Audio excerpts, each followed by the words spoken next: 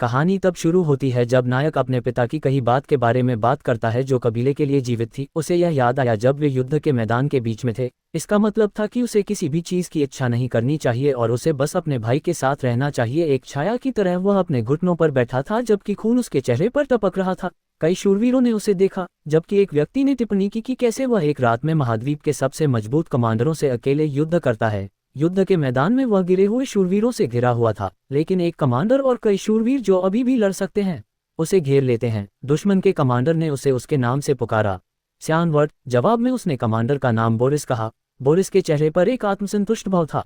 हवा से बाहर स्यान ने अपनी तलवार निकाली। फिर उसने बोरिस से पूछा कि उसे किसने बनाया, उसे ऐसा करने दें और एक अशुभ आभा उसके शरीर को घेर लेगी। उसने बोरिस से पूछा कि क्या ये सम्राट है। बोरिस ने अपने चेहरे को अपनी बाँह से ढक लिया। उसने टिप्पणी की कि सैन का काला कोहरा इस शक्ति को देखने पर बीमार कर रहा है। उसने पुष्टि की थी कि यह अफवाहों जैसा था। विज्ञान ने कहा था कि आभा शक्तिशाली हो गई जबकि बोरिस ने उसे बुलाया। एक छाया की तरह वह अपने घुटनों पर बैठा था जबकि खून उसके चेहरे पर टपक रहा था। कई शूरवीरों ने उसे देखा, जबकि एक व्यक्ति ने टिप्पणी की कि कैसे वह एक रात में महाद्वीप के सबसे मजबूत कमांडरों से अकेले युद्ध करता है। युद्ध के मैदान में वह गिरे हुए शूरवीरों से घिरा हुआ था, लेकिन एक कमांडर और कई शूरवीर जो अभी भी लड़ सकते हैं उसे घेर लेते हैं। दुश्मन के कमांडर ने उसे उसके नाम से पुकारा, स्यानवर्ट। जवाब में उसने कमांडर का नाम बोरिस कहा। बोरिस के चेहरे पर एक आत्मसंतुष्ट भाव था। हवा से बाहर स्यान ने अपनी तलवार निकाली।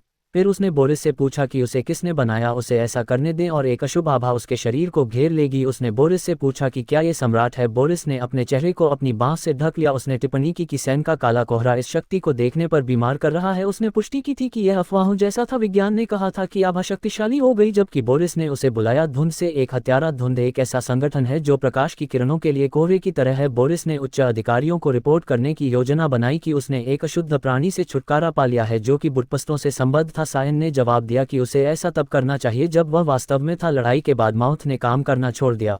उसने बोरिस को धमकी दी कि उसके साथ काम करने के बाद उसके पास एक भी दांत नहीं रहेगा। बोरिस ने सियान को सलाह दी कि यदि वह अपनी गुप्त शक्ति का उपयोग करने की योजना बना रहा है तो उसे हार मान लेनी चाहिए। उसने सियान को बताया कि एक नौवां भी है। स्टार मैजिक बैरियर ने उसके दिमाग में क्षेत्र के चारों ओर घेरा बना दिया। सियान जानता था कि उसे वहां से निकल जाना चाहिए और अपने भाई को इसके पीछे के अपराधी का पता बताना चाहिए। भयंकर आंखों से सी ने घोषणा की कि नरक ने अचानक ही बैरियर को भेद दिया है। अचानक सियोन को रुकने का आदेश दिया गया। किसी के द्वारा स्वर्ण कवच में एक प्रतिष्ठित व्यक्ति आया। सायन इस परिचित व्यक्ति को देखकर आश्चर्यचकित और भ्रमित हो गया। उसने याद किया कि उसके पिता हमेशा क्या कहते थे कि कबीले के लिए जियो। इसके अलावा उसके पिता ने उसे बताया कि उसका भाई एशेल कबीले का विस्तार है। एशेल वर्ड सफलता, सियान वर्ड सफलता है। सुनहरे कवच में इस आदमी के सुनहरे बाल हैं और लड़ाई के बाद माउथ ने काम करना छोड़ दिया। उसने बोरिस को धमकी दी कि उसके साथ काम करने के बाद उसके पास एक भी दांत नहीं रहेगा। बोरिस ने सियान को सलाह दी कि यदि वह अपनी गुप्त शक्ति का उपयोग करने की योजना बना रहा है तो उसे हार मान लेनी चाहिए। उसने सियान को बताया कि एक नौवां भी है। स्टार मैजिक बैरियर ने उसके दिमाग में क्षेत्र के चारों ओर घेरा बना दिया। सियान जानता था कि उसे वहां से निकल जाना चाहिए और अपने भाई को इसके पीछे के अपराधी का पता बताना चाहिए। भयंकर आंखों से सी ने घोषणा की कि नरक ने अचानक ही बैरियर को भेद दिया है। अचानक सियोन को रुकने का आदेश दिया गया। किसी के द्वारा स्वर्ण कवच में एक प्रतिष्ठित व्यक्ति आया। सायन इस परिचित व्यक्ति को देखकर आश्चर्यचकित और भ्रमित हो गया। उसने याद किया कि उसके पिता हमेशा क्या कहते थे कि कबीले के लिए जियो। इसके अलावा उसके पिता ने उसे बताया कि उसका भाई एशेल कबीले का विस्तार है। एशेल वर्ड सफलता, सियान वर्ड सफलता है।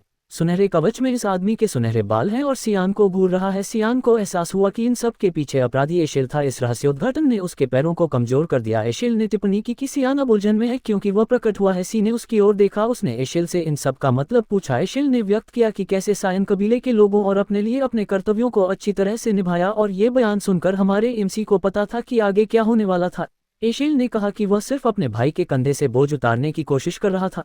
सयान ने स्वीकार किया कि वह नहीं करता, इसे समझो। उसने पूछा कि क्या उसने कुछ गलत किया है। गलत, एशेल ने पूछा। एशेल ने उस अशुभ कोहरे की ओर इशारा किया जो सियान उत्सर्जित कर रहा है। उसने सियान को एक हत्यारे से ज्यादा कुछ नहीं बताया। वह इस बात को लेकर भी अनिश्चित है कि क्या उसके भाई को अभी भी इंसान कहा जा सकता है। एशेल ने अपनी आवाज उठाई जब उसने सायन से कहा कि उसने उन सभी को लंबे समय तक मूर्ख बनाया। गुस्से के भाव के साथ उसने सायन से पूछा कि क्या तुम सच में कह सकते हो कि तुम अपने पापों को नहीं जानते। हत्यारा और पाप शब्द सायन के सिर में गूंज रहे थे। इससे वह क्रोधित हो गया क्योंकि उसने सोचा कि आखिर यह क्या है। एशेल किस बारे में बात कर रही थी। कबीले के लोगों और अपने लिए अपने कर्तव्यों को अच्छी तरह से निभाया और ये बयान सुनकर हमारे एमसी को पता था कि आगे क्या होने वाला था। एशेल ने कहा कि वह सिर्फ अपने भाई के कंधे से बोझ उतारने की कोशिश कर रहा था। सयान ने स्वीकार किया कि वह नहीं करता, इसे समझो। उसने पूछा कि क्या उसने कुछ गलत किया है। गलत, एशिल ने पूछा। एशिल ने उस अशुभ कोहरे की ओर इशारा किया जो सियान उत्सर्जित कर रहा है। उसने सियान को एक हत्यारे से ज्यादा कुछ नहीं बताया। वह इस बात को लेकर भी अनिश्चित है कि क्या उसके भाई को अभी भी इंसान कहा जा सकता है। एशिल ने अपनी आवाज़ उठाई जब उसने सायन से कहा कि उसने उन सभी को लंबे समय तक मूर्ख बनाया। गुस्से के भाव के साथ उसने सायन से पूछा कि क्या तुम सच में कह सकते हो कि तुम अपने पापों को नहीं जानते। हत्यारा और पाप शब्द सायन के सिर में गूंज रहे थे। इससे वह क्रोधित हो गया क्योंकि उसने सोचा कि आखिर यह क्या है। एशिल किस बारे में बात कर रही थी? साम्राज्य के भीतर उत्तराधिकार की लड़ाई। दानव राजा की सेनाएं महाद्वीप को एकीकृत करने के लिए युद्ध पर छापा मारती हैं। सियान ने इन सब में एशिल की मदद की क्योंकि सियान के लिए अपने भाई की सेवा करना ही उसका जीवन है। उसने गुस्से में जमीन पर मुक्का मारा। हमारा एमसी धीरे से खड़ा हुआ। उसने सोचा कि एशिल कैसे अब उसे छोड़ रहा है। अंधेरा आ रहा अब उसके शरीर से रिस रहा था। उसके क्रोध से प्रेरित होकर उसका कोहरा और अधिक तीव्र हो गया क्योंकि उसने सोचा कि कैसे उसने 20 साल तक राख के नीचे एक कुत्ते की तरह काम किया था। खून उसके पैरों पर जमा होने लगा था लेकिन उसे परवाह नहीं थी कि उसका पूरा शरीर टूट गया। उसने अभी जो कुछ भी उसके पास है उसे देने का फैसला किया, भले ही इसका मतलब है कि वह एशिल को नष्ट कर सकता है। उसके क्रिम्सन रेड मिस्ट ने पूरे क्षेत्र को कवर किया और आकाश को लाल रंग में रंग दिया। शूरवीर ये देखकर हैरान थे कि उसके पास अभी भी इतना मैना बचा था। यह असंभव था एक मानव के लिए। सियान ने बताया कि नायक अपने छोटे भाई को सिर्फ इसलिए मारने की कोशिश कर रहा है क्योंकि वह डर गया है। उसने शेल से पूछा कि क्या उसे खुद पर शर्म नहीं आती है। इससे एशिल क्रोधित हो गया। उसके चेहरे की नसें दिखाई देने लगी। इस वजह से कैनन ने उस पर अविश्वसनीय गति से हमला किया। उसने लगातार एशिल पर हमला किया जिसने ध्यान भटकाने की कोशिश की। अब उसे छोड़ रहा है। अंधेरा आ रहा अब उसके शरीर से रिस रहा था। उसके क्रोध से प्रेरित होकर उसका कोहरा और अधिक तीव्र हो गया क्योंकि उसने सोचा कि कैसे उसने 20 साल तक राख के नीचे एक कुत्ते की तरह काम किया था। खून उसके पैरों पर जमा होने लगा था लेकिन उसे परवाह नहीं थी कि उसका पूरा शरीर टूट गया। उसने अभी जो कुछ भी उसके पास है उसे देने का फैसला किया, भले ही इसका मतलब है कि वह एशिल को नष्ट कर सकता है। उसके क्रिम्सन रेड मिस्ट ने पूरे क्षेत्र को कवर किया और आकाश को लाल रंग में रंग दिया। शूरवीर ये देखकर हैरान थे कि उसके पास अभी भी इतना मैना बचा था। यह असंभव था एक मानव के लिए। सियान ने बताया कि नायक अपने छोटे भाई को सिर्फ इसलिए मारने की कोशिश कर रहा है क्योंकि वह डर गया है। उसने शेल से पूछा कि क्या उसे खुद पर शर्म नहीं आती है। इससे एशिल क्रोधित हो गया। उसके चेहरे की नसें दिखाई देने लगी। इस वजह से कैनन ने उस पर अविश्वसनीय गति से हमला किया। उसने लगातार एशिल पर हमला किया जिसने ध्यान भटकाने की कोशिश की। तलवार का उपयोग करते हुए सियान ने एक बार के लिए कामना की, बस एक बार ही काफी था। उनकी लड़ाई जारी है, एक मौका ही काफी है। उसे ऐश के कमजोर बिंदु पर वार करने की जरूरत है ताकि उसे पुनर्जीवित होने से रोका जा सके। कैनन का हमला एक जादुई अवरोध से टकराया। हमारे एमसी ने उम्मीद नहीं की थी कि उसका सबसे मजबूत हमला अवरुद्ध हो जाएगा। कुछ इस तरह उसने जांच की और देखा कि बोरिस ने एशिल की मदद की थी। एशिल ने उसे एक गरीब कमीना कहा और उसने सियान के पेट में छुरा घोंपा जिससे सियान ने अपना खंजर गिरा दिया। एशिल ने उससे कहा कि वह उसे एक दर्द रहित मौत देने का उपकार करना चाहता था क्योंकि वह उसका है भाई, लेकिन सियान ने उसे अपना असली रंग दिखाया। उसने खुलासा किया कि वह जानता था कि सियान शुरू से ही एक राक्षस था। उसने कहा कि यह अच्छी बात है कि उसने कभी भी सियान पर भरोसा नहीं किया। सियान की अभिव्यक्ति से पता चला कि उस बयान के कारण वह कितना दिल टूट गया था। एशिल ने उसे लात मारी ताकि वह कैनान के शरीर से तलवार निकाल सकता था और ऐसे ही उसने सियान को जमीन पर पड़ा छोड़ दिया। सियान का खून उसके नीचे खींच गया। ये दृश्य सोलो लेवलिंग से सन जेनवू जैसा लग रहा था। उसने सोचा कि क्या वह उसका अंत था। उसने टिप्पणी की कि कैसे कुछ इस तरह। उसने जांच की और देखा कि बोरिस ने एशिल की मदद की थी। एशिल ने उसे एक गरीब कमीना कहा और उसने सियान के पेट में छुरा घोंपा जिससे सियान ने अपना खंजर गिरा दिया। एशिल ने उससे कहा कि वह उसे एक दर्द रहित मौत देने का उपकार करना चाहता था क्योंकि वह उसका है भाई, लेकिन सियान ने उसे अपना असली रंग दिखाया। उसने खुलासा किया कि वह जानता था कि सियान शुरू से ही एक राक्षस था। उसने कहा कि यह अच्छी बात है कि उसने कभी भी सियान पर भरोसा नहीं किया। सियान की अभिव्यक्ति से पता चला कि उस बयान के कारण वह कितना दिल टूट गया था। एशिल ने उसे लात मारी ताकि वह कैनान के शरीर से तलवार निकाल सकता था और ऐसे ही उसने सियान को जमीन पर पड़ा छोड़ दिया। सियान का खून उसके नीचे खींच गया। ये दृश्य सोलो लेवलिंग से सन जेनवू जैसा लग रहा था। उसने सोचा कि क्या वह उसका अंत था। उसने टिप्पणी की कि कैसे वह जो जीवन जी रहा था वह मूर्खतापूर्ण था क्योंकि वह धीरे धीरे अपनी चेतना खोने लगा था। वह खुद को बेवकूफ़ कहता था। फिर भी अचानक उसने ऐश की पीठ का पीछा किया। एशिल ने उसे महसूस किया और मुड़ गया। सियान उसे मारने वाला था। सियान ने जोर से चीख मारी क्योंकि उसने अपनी सारी चेतना छोड़ दी थी। उस हमले के लिए शेष शक्ति उसका खंजर ऐश के गले से कुछ इंच की दूरी पर था, लेकिन उसे एक शक्तिशाली बल से बाधित किया गया जिसने उसे उड़ा दिया। वह बेहोश हो गया। फिर उसने सुना कि कोई उसे युवा मास्टर सियोन कह रहा है। वह तुरंत जाग गया। वह बहुत पसीना बहा रहा था और उसकी सांस फूल रही थी। नौकरानी ने उसे देर तक सोने के लिए डांटा। उसने उससे कहा कि वह अपना काम ठीक से करे क्योंकि उसे तैयार होना है। वह एमिली को देखकर हैरान रह गया। उसने उससे पूछा कि वह वहाँ क्या कर रही थी। एमिली भी हैरान थी और फिर उसे कुछ एहसास हुआ। 20 साल हो गए हैं।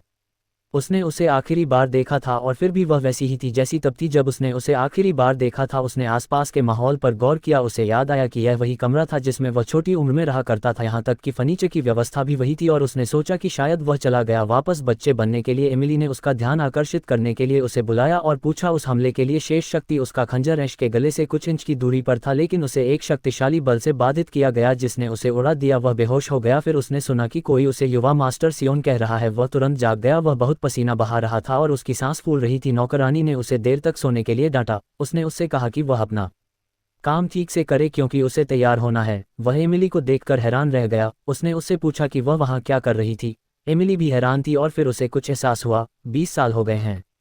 उसने उसे आखिरी बार देखा था और फिर भी वह वैसी ही थी जैसी तब थी जब उसने उसे आखिरी बार देखा था। उसने आसपास के माहौल पर गौर किया, उसे याद आया कि यह वही कमरा था जिसमें वह छोटी उम्र में रहा करता था, यहाँ तक कि फर्नीचर की व्यवस्था भी वही थी। और उसने सोचा कि शायद वह चला गया वापस बच्चे बनने के लिए। एमिली ने उसका ध्यान आकर्षित करने के लिए उसे बुलाया और उससे पूछा कि क्या वह समय के लिए टालमटोल कर रहा है क्योंकि वह प्रशिक्षण के लिए नहीं जाना चाहता है। उसने उसे अपना मन बनाने और जाने का निर्देश दिया। युवा सियान को पता नहीं था कि एमिली किस बारे में बात कर रही थी। उसने पूछा कि वह वर्ट कबीले ड्यू में किस प्रशिक्षण से संबंधित थी। सियान ने चारों ओर देखा और उसे यकीन हो गया कि वह अतीत की दुनिया में वापस आ गया है। उसने सोचा कि क्या स्थिति वही है जिसे वे जीवन कहते हैं, जो आपकी मृत्यु से ठीक पहले आपकी आंखों के सामने चमकता है। उसे याद आया कि 27 साल पहले ये स्थापना वर्ष 985 मार्च ईमानदार था।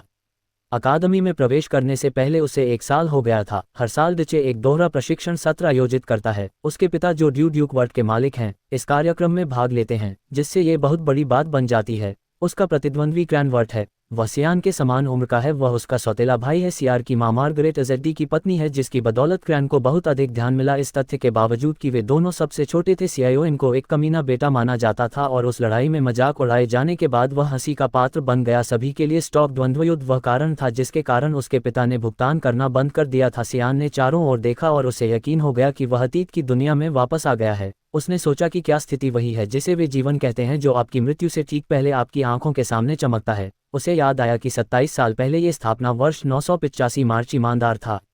अकादमी में प्रवेश करने से पहले उसे 1 साल हो गया था। हर साल डिचे एक दोहरा प्रशिक्षण सत्र आयोजित करता है। उसके पिता जो ड्यूक वर्ट के मालिक हैं इस कार्यक्रम में भाग लेते हैं, जिससे ये बहुत बड़ी बात बन जाती है। उसका प्रतिद्वंद्वी क्रैन वर्ट है। वह सियान के समान उम्र का है। वह उसका सौतेला भाई है। सियार की मां मार्गरेट अजेड्डी की पत्नी है, जिसकी बदौलत क्रैन को बहुत अधिक ध्यान मिला। इस तथ्य के बावजूद कि वे दोनों सबसे छोटे थे, सियाओ को एक कमीना बेटा माना जाता था और उस लड़ाई में मजाक उड़ाए जाने के बाद वह हंसी का पात्र बन गया। सभी के लिए स्टॉक द्वंद्वयुद्ध वह कारण था जिसके कारण उसके पिता ने भुगतान करना बंद कर दिया था। उस पर भी ध्यान दे। एमिली ने फुसफुसाते हुए सुझाव दिया कि उसे आत्मसमर्पण कर देना चाहिए। युवा सियान ने उसे आश्वासन दिया कि यह ठीक है और उसे बस अपने सिर में जीतने की जरूरत है। सियान ने उसे नौकरानी के रूप में लिया जो उसे नीचे देख रही थी। सी ने कुछ महसूस किया। उसका हथियार एक रैपियर भारी था। उसने पता लगा लिया उसकी ताकत वैसी ही है जब वह उस उम्र में था। उसे ऐसा महसूस हुआ जैसे ये कोई सपना नहीं था और न ही उसके जीवन की कोई याद उसकी आंखों के सामने चमक रही थी। उसने पहले कभी किसी जादू के मंत्र के बारे में नहीं सुना था जो इतने मजबूत भ्रम पैदा करने में सक्षम हो।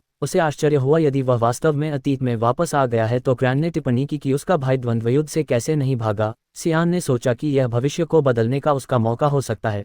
उसने अपने पिता की ओर देखा जिन्होंने मैच की शुरुआत की घोषणा की। क्रैन ने उससे पूछते हुए पहले हमला किया जहां वह देख रहा था। क्रैन को पूरा विश्वास था कि वह उसे अपनी तलवार से मार देगा। सी वहीं खड़ा रहा और उसे देखता रहा। उसने सोचा कि क्रैन कैसे घोंघे की तरह है। उसने अपना रुख बदल दिया और इससे क्रैन हैरान हो गया। मूल रूप से सियान ने बस एक कदम आगे बढ़ाया और क्रैन ने उसे तलवार से मार दिया। उसे मारने से चूक गए इस ट्रिगर क्रैन ने उन्होंने टिप्पणी की कि कैसे उसकी ताकत वैसी ही है जब वह उस उम्र में था। उसे ऐसा महसूस हुआ जैसे ये कोई सपना नहीं था और न ही उसके जीवन की कोई याद उसकी आंखों के सामने चमक रही थी। उसने पहले कभी किसी जादू के मंत्र के बारे में नहीं सुना था जो इतने मजबूत भ्रम पैदा करने में सक्षम हो। उसे आश्चर्य हुआ यदि वह वास्तव में अतीत में वापस आ गया है तो क्रैन ने टिप्पणी की कि उसका भाई द्वंद्वयुद्ध से कैसे नहीं भागा। सियान ने सोचा कि यह भविष्य को बदलने का उसका मौका हो सकता है। उसने अपने पिता की ओर देखा जिन्होंने मैच की शुरुआत की घोषणा की। क्रैन ने उससे पूछते हुए पहले हमला किया जहां वह देख रहा था। क्रैन को पूरा विश्वास था कि वह उसे अपनी तलवार से मार देगा। सी वहीं खड़ा रहा और उसे देखता रहा। उसने सोचा कि क्रैन कैसे घोंघे की तरह है। उसने अपना रुख बदल दिया और इससे क्रैन हैरान हो गया। मूल रूप से सियान ने बस एक कदम आगे बढ़ाया और क्रैन ने उसे तलवार से मार दिया। उसे मारने से चूक गए। इस ट्रिगर क्रेन ने उन्होंने टिप्पणी की कि कैसे सियान एक काय की तरह चकमा दे रहा है, लेकिन इससे पहले कि क्रैन कुछ और कर पाता सियान ने उसके हाथ पर वार किया और क्रैन की तलवार उड़ गई। फिर सी ने उसे पिंडली पर लात मारी। क्रैन दर्द में था, वह जमीन पर गिर गया और अपने घुटनों को गले लगा लिया और जोर से कराहने लगा। उसकी मां चिल्लाई। चिंता में नाम सियोन ने सोचा कि अब अगर वह अपनी तलवार सियार के गले पर रखता है तो गहना खत्म हो जाएगा। उसने अपनी तलवार पकड़ ली क्योंकि उसने सोचा कि यह पर्याप्त नहीं था। उसने याद किया कि जब वह उस उम्र में था तो क्रैन हमेशा उसे एक रूप में परेशान करता था, मनोरंजन और वह बदमाशी अकादमी में भी जारी रही। इसलिए सायन ने सोचा कि उसे वास्तव में उसे कुचलने की जरूरत है ताकि वह उसके साथ ऐसा कुछ भी करने की कोशिश न कर सके। सायन ने फैसला किया था कि उस जीवन में वह अपने लिए खुद ही एक रास्ता तैयार करेगा। क्रैन खुद घबरा गया था, उसके चेहरे पर आंसू बह रहे थे, कौन दर्द में था। द्वंद्व का परिणाम क्रैन की हार थी। ड्यूक ने सियान को उसे देखने का आदेश दिया और यहाँ तक कि एक शेड्यूल भी खाली कर दिया, जिससे सियान को यह सोचना पड़ा कि क्या द्वंद्व में उसकी जीत वास्तव में इतनी प्रभावशाली थी। यहाँ तक कि चिंता में नाम सियोन ने सोचा कि अब अगर वह अपनी तलवार सियार के गले पर रखता है तो गहना खत्म हो जाएगा। उसने अपनी तलवार पकड़ ली क्योंकि उसने सोचा कि यह पर्याप्त नहीं था। उसने याद किया कि जब वह उस उम्र में था तो क्रैन हमेशा उसे एक रूप में परेशान करता था, मनोरंजन और वह बदमाशी अकादमी में भी जारी रही। इसलिए सायन ने सोचा कि उसे वास्तव में उसे कुचलने की जरूरत है ताकि वह उसके साथ ऐसा कुछ भी करने की कोशिश न कर सके। सायन ने फैसला किया था कि उस जीवन में वह अपने लिए खुद ही एक रास्ता तैयार करेगा। क्रैन खुद घबरा गया था, उसके चेहरे पर आंसू बह रहे थे, कौन दर्द में था। द्वंद्व का परिणाम क्रैन की हार थी। ड्यूक ने सियान को उसे देखने का आदेश दिया और यहाँ तक कि एक शेड्यूल भी खाली कर दिया, जिससे सियान को यह सोचना पड़ा कि क्या द्वंद्व में उसकी जीत वास्तव में इतनी प्रभावशाली थी। यहाँ तक कि एक उच्च श्रेणी का शूरवीर यूलिन था जो सीधे ड्यूक से संबद्ध था, उसे एस्कॉर्ट कर रहा था। उसने मार्गरेट से मुलाकात की जैसा कि दालान में पड़ा गया था। ऐसा लग रहा था कि उसने ड्यूक से अपने बेटे के बारे में बात की थी। सियान मुस्कुराया जब उसने देखा कि वह ऐसी लग रही थी जैसे उसने गंदगी में कदम रखा हो। उसने उससे पूछा कि क्या क्रैन ठीक है। वह गुस्से में थी। उसने उससे कहा कि अपने भाई को इस तरह पीटने के बाद वह ऐसा सवाल पूछने की हिम्मत कर रहा था।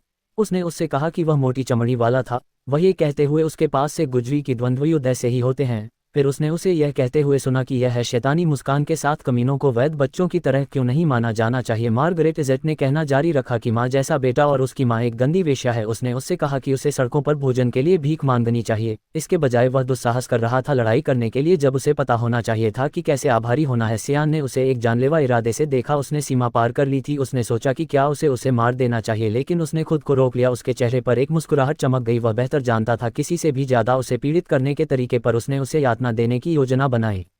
क्रैन ठीक है, वह गुस्से में थी। उसने उससे कहा कि अपने भाई को इस तरह पीटने के बाद वह ऐसा सवाल पूछने की हिम्मत कर रहा था। उसने उससे कहा कि वह मोटी चमड़ी वाला था। वह ये कहते हुए उसके पास से गुजरी कि द्वंद्व युद्ध ऐसे ही होते हैं। फिर उसने उसे यह कहते हुए सुना कि यह है शैतानी मुस्कान के साथ कमीनों को वैध बच्चों की तरह क्यों नहीं माना जाना चाहिए। मार्गरेट इजेट ने कहना जारी रखा कि माँ जैसा बेटा और उसकी माँ एक गंदी वेश्या है। उसने उससे कहा कि उसे सड़कों पर भोजन के लिए भीख मांगनी चाहिए। इसके बजाय वह दुस्साहस कर रहा था लड़ाई करने के लिए, जब उसे पता होना चाहिए था कि कैसे आभारी होना है। सियान ने उसे एक जानलेवा इरादे से देखा। उसने सीमा पार कर ली थी। उसने सोचा कि क्या उसे मार देना चाहिए, लेकिन उसने खुद को रोक लिया। उसके चेहरे पर एक मुस्कुराहट चमक गई। वह बेहतर जानता था किसी से भी ज्यादा उसे पीड़ित करने के तरीके पर उसने उसे यातना देने की योजना बनाई। धीरे धीरे, बहुत ही परिश्रमपूर्वक, धीरे धीरे उसने उससे पूछा कि क्या वह जानती है कि वह क्रे के साथ अकादमी जा रहा है।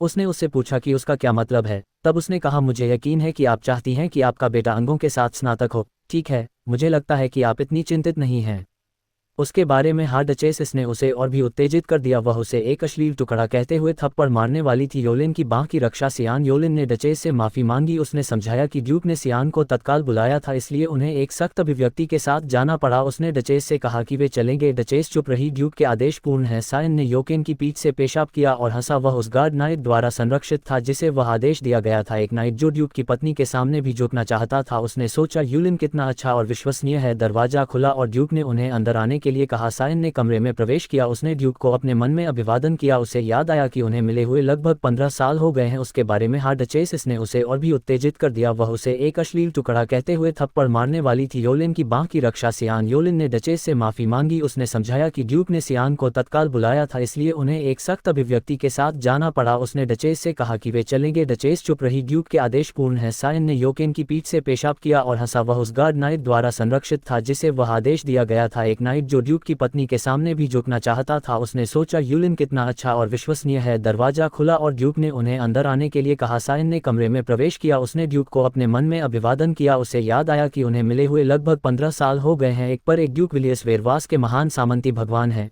यूएसआई साम्राज्य का एक पश्चिमी सामंत। दुनिया उन्हें एक अलग नाम से बुलाती है, महाद्वीप का संरक्षक। वह नायक है जिसने राक्षसों के आक्रमण को लंबे समय तक रोक दिया। अपनी अद्भुत जादुई शक्ति और अन्य सांसारिक ज्ञान की मदद से उस व्यक्ति ने एक ऐसी जिम्मेदारी अपने कंधों पर ली जो किसी ने उस पर थोपी नहीं थी, जब तक कि उसकी मृत्यु नहीं हो गई और उसने दानव राजा की सेना के आक्रमण के खिलाफ लड़ाई नहीं लड़ी। वह बस यही चाहता था कि पूरे महाद्वीप में शांति हो। लेकिन सैन की यादें एक ऐसे व्यक्ति के रूप में अलग हैं जिसने अपनी स्वतंत्र इच्छा का उपयोग करके अपना पूरा जीवन दूसरों की सेवा करने के लिए जीने का फैसला किया। वह एक मूर्ख व्यक्ति है। ड्यूक ने टिप्पणी की कि कैसे सियान की आंखों ने तलवार का ठीक से पीछा किया और उसे चकमा दिया। सी भ्रमित था। ड्यूक ने दृश्य समझाया। जब सियार उस पर दौड़ा तो उसने सीधे झूलती तलवार के रास्ते की ओर देखा और उसे चकमा देने के लिए अपना शरीर मोड़ लिया। ड्यूक ने उससे पूछा कि उसने तलवार चलाना कब सीखा। सायन ने सोचा कि हमेशा की तरह ड्यूक तेज था। उसने उत्तर दिया कि वह ऐसा नहीं करेगा।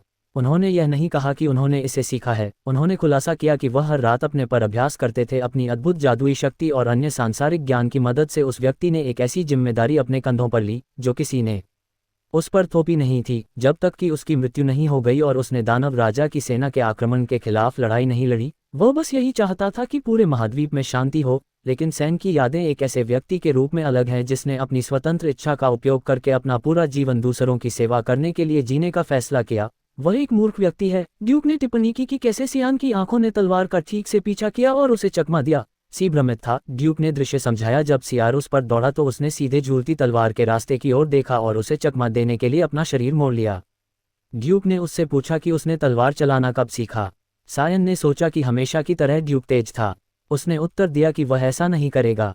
उन्होंने यह नहीं कहा कि उन्होंने इसे सीखा है। उन्होंने खुलासा किया कि वह हर रात अपने पर अभ्यास करते थे। ड्यूक ने उससे विस्तृत जानकारी मांगी क्योंकि ड्यूक जानता था कि सियान को तलवारबाजी में कभी कोई रुचि नहीं थी। उसने सियान से पूछा कि उसने ऐसे उत्कृष्ट कौशल क्यों छिपाए। सियान को शर्मिंदगी महसूस हुई जब उसने उत्तर दिया कि वह दूसरों का ध्यान आकर्षित नहीं करना चाहता था, लेकिन ड्यूक आश्वस्त नहीं था। चूंकि उस कारण के बावजूद सियान ने क्रे को नीचे गिराने के लिए पूरी ताकत लगा दी थी। ड्यूक ने बोलना जारी रखा। उसने सियान से पूछा कि क्या वह भी सोचता है कि उसके बाद जो उसने किया वह अनावश्यक था। ड्यूक सियान द्वारा जमीन पर क्रेयॉन को लात मारने की बात कर रहा था। सियान ने सोचा कि हमले का इरादा गलत था। ड्यूक ने सवाल के पीछे काफी गहराई से सोचा। उसने सोचा कि क्या ड्यूक यह महसूस करने की कोशिश कर रहा है कि वह क्या करने में सक्षम है। सियोन ने स्वीकार किया कि वह खुद को साबित करना चाहता था। ड्यूक ने उससे पूछा कि वह क्या साबित करना चाहता है। सियोन ने आत्मविश्वास से जवाब दिया कि वह साबित करना चाहता था कि वह क्या करने में सक्षम है। क्रैन से बेहतर भले ही वे एक ही खून के हैं। उसने निष्कर्ष निकाला कि ये द्वंद्व का अर्थ था। ड्यूक हंसा। ड्यूक ने उसके स्पष्ट और संक्षिप्त उत्तर के लिए उसकी प्रशंसा की जो उसकी संयमशीलता को दर्शाता है। वह नहीं जानता था कि सियान इतना प्रतिभाशाली था कि वह ड्यूक ने उसे बताया कि वह बहुत खुश था चूंकि उस कारण के बावजूद सियान ने क्रे को नीचे गिराने के लिए पूरी ताकत लगा दी थी। ड्यूक ने बोलना जारी रखा। उसने सियान से पूछा कि क्या वह भी सोचता है कि उसके बाद जो उसने किया वह अनावश्यक था। ड्यूक सियान द्वारा जमीन पर क्रेयॉन को लात मारने की बात कर रहा था। सियान ने सोचा कि हमले का इरादा गलत था।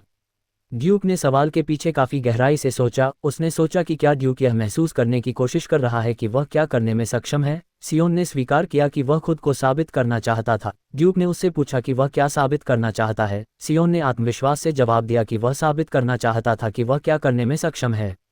क्रैन से बेहतर भले ही वे एक ही खून के हैं। उसने निष्कर्ष निकाला कि ये द्वंद्व का अर्थ था। ड्यूक हंसा। ड्यूक ने उसके स्पष्ट और संक्षिप्त उत्तर के लिए उसकी प्रशंसा की जो उसकी संयमशीलता को दर्शाता है। वह नहीं जानता था कि सियान इतना प्रतिभाशाली था कि वह ड्यूक ने उसे बताया कि वह बहुत खुश था कि वह एक दिन ऐश के लिए एक महान और विश्वसनीय समर्थन बन जाएगा।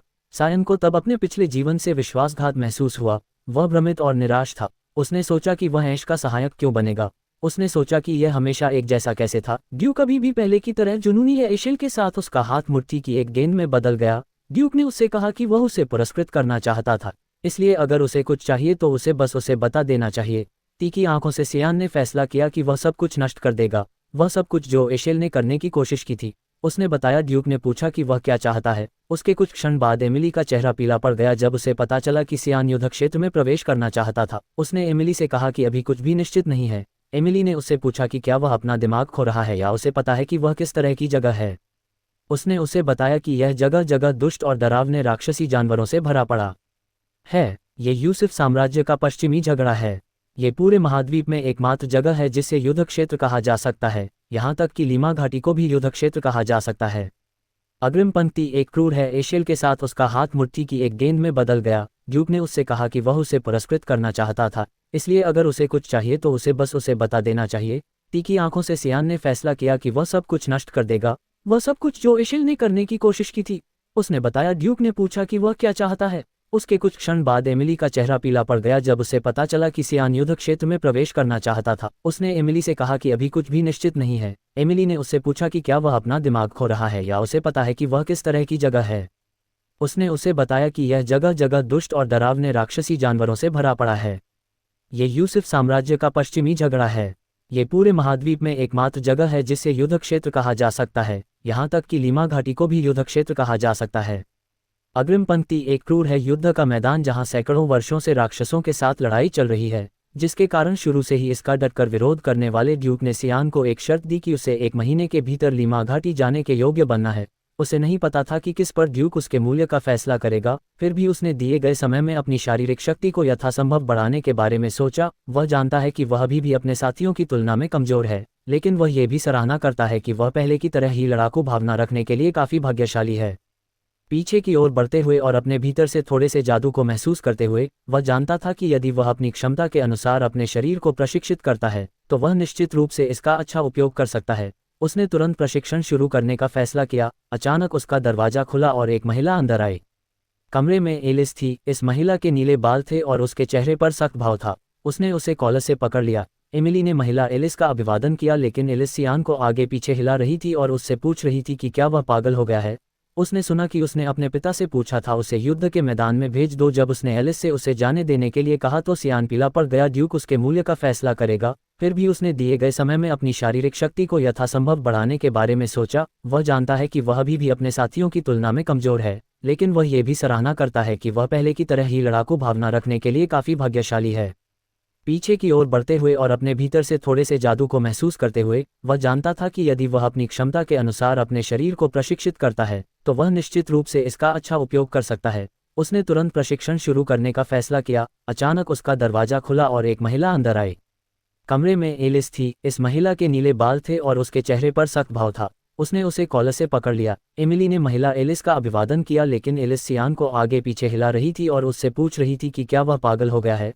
उसने सुना कि उसने अपने पिता से पूछा था उसे युद्ध के मैदान में भेज दो। जब उसने एलिस से उसे जाने देने के लिए कहा तो सियान पीला पड़ गया। जाओ, उसने उसे जमीन पर छोड़ दिया। सियान की आत्मा ऐसा लग रहा था जैसे उसने उसके शरीर को छोड़ दिया हो। एलिस ने टिप्पणी की कि क्रेन को हराना सियान के दिमाग में घुस गया। उसने कहा कि ऐसा नहीं होगा, इसलिए उसने मांग की कि सी तुरंत छत पर जाए। छत पर एलिस ने उसे दुखी किया। उसने बताया, उससे कहा कि जब वे अपनी तलवारें खींच लेंगे तो वह उसे युद्ध क्षेत्र में जाने देगी यदि वह उसके हमलों को 3 मिनट तक सहन कर सके। हमारे एमसी ने एलिस से पूछा कि क्या उसे वास्तव में इतनी दूर जाना है। एलिस दृढ़ थी। उसने उससे एक प्रश्न का उत्तर देने की मांग की। उसने पूछा कि क्या सियान परिवार के शीर्षक के बाद आंतरिक रूप से सियान आश्चर्यचकित था कि वह उस कारण से इतनी दूर जा रही है। उसके पास इसमें थोड़ी सी भी दिलचस्पी नहीं है कि एलिस ने मान लिया कि उसकी चुप्पी का मतलब हाँ है। उसने उसे अपनी तलवार खींचने का निर्देश दिया था। सियान हताश था। यह नहीं हुआ है। क्रे के साथ द्वंद्वयुद्ध के आधे दिन बाद उसने निष्कर्ष निकाला कि उसका पूरा दिन अस्त व्यस्त था। एलिस उस पर हमला करने के लिए आगे बढ़ती है। उसे इसकी उम्मीद नहीं थी, लेकिन वह उसके हमले को रोकने में सक्षम था, जिसने एलिस को आश्चर्यचकित कर दिया, क्योंकि यह एक 10 वर्षीय बच्चे के लिए असंभव होता। सियान ने सोचा कि क्या वह सचमुच जाने की योजना बना रही थी। उससे कहा कि जब वे अपनी तलवारें खींच लेंगे तो वह उसे युद्ध क्षेत्र में जाने देगी यदि वह उसके हमलों को 3 मिनट तक सहन कर सके। हमारे एमसी ने एलिस से पूछा कि क्या उसे वास्तव में इतनी दूर जाना है। एलिस दृढ़ थी। उसने उससे एक प्रश्न का उत्तर देने की मांग की।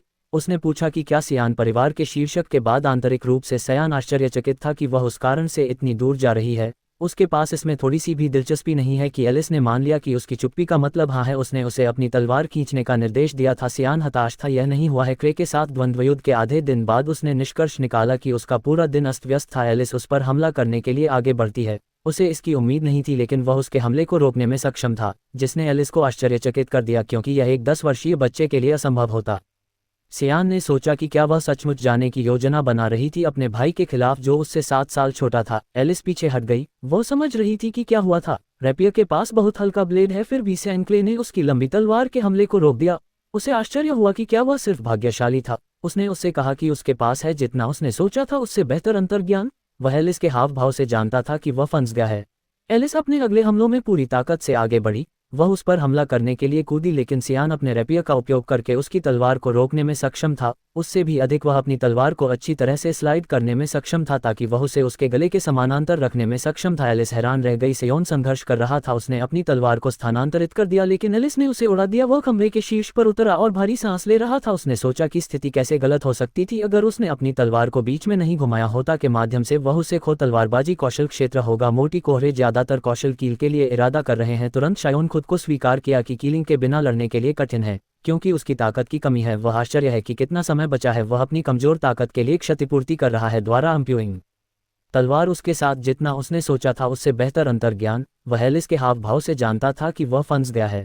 एलिस अपने अगले हमलों में पूरी ताकत से आगे बढ़ी। वह उस पर हमला करने के लिए कूदी, लेकिन सियान अपने रैपियर का उपयोग करके उसकी तलवार को रोकने में सक्षम था। उससे भी अधिक वह अपनी तलवार को अच्छी तरह से स्लाइड करने में सक्षम था ताकि वह उसे उसके गले के समानांतर रखने में सक्षम था। एलिस हैरान रह गई। से यौन संघर्ष कर रहा था। उसने अपनी तलवार को स्थानांतरित कर दिया, लेकिन एलिस ने उसे उड़ा दिया। वह खंभे के शीर्ष पर उतरा और भारी सांस ले रहा था। उसने सोचा कि स्थिति कैसे गलत हो सकती थी अगर उसने अपनी तलवार को बीच में नहीं घुमाया होता, के माध्यम से वह उसे खो तलवारबाजी कौशल क्षेत्र होगा। मोटी कोहरे ज्यादातर कौशल कील के लिए इरादा कर रहे हैं। तुरंत शायोन खुद को स्वीकार किया कि कीलिंग के बिना लड़ने के लिए कठिन है, क्योंकि उसकी ताकत की कमी है। वह आश्चर्य है कि कितना समय बचा है। वह अपनी कमजोर ताकत के लिए क्षतिपूर्ति कर रहा है द्वारा अम्प्यूइंग तलवार। उसके साथ मन, लेकिन वह लगभग अपनी सीमा पर है। एलिस भी भारी सांस ले रही थी। उसने पृथ्वी और हवा को उसके पास आने और उसकी तलवार के रूप में कार्य करने के लिए बुलाया। सियान छठे सितारे के जादू को देखकर आश्चर्यचकित था। एलिस की ब्लेड नीले रंग में चमकती थी। इसे एक्वा ब्लेड कहा जाता है, जिसमें एक अजीब दिखने वाला रोते हुए चेहरे वाले सायन को आश्चर्य हुआ कि क्या एलिस उसे मारने की कोशिश कर रही है।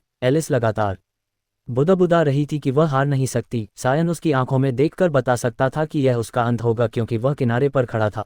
उसने अनुमान लगाया कि भले ही वह गिर जाए, वह उसके हमले को रोकना चाहता था। उसने ये भरोसा करने का निर्णय किया कि उसकी योजना अविश्वसनीय गति से काम करेगी।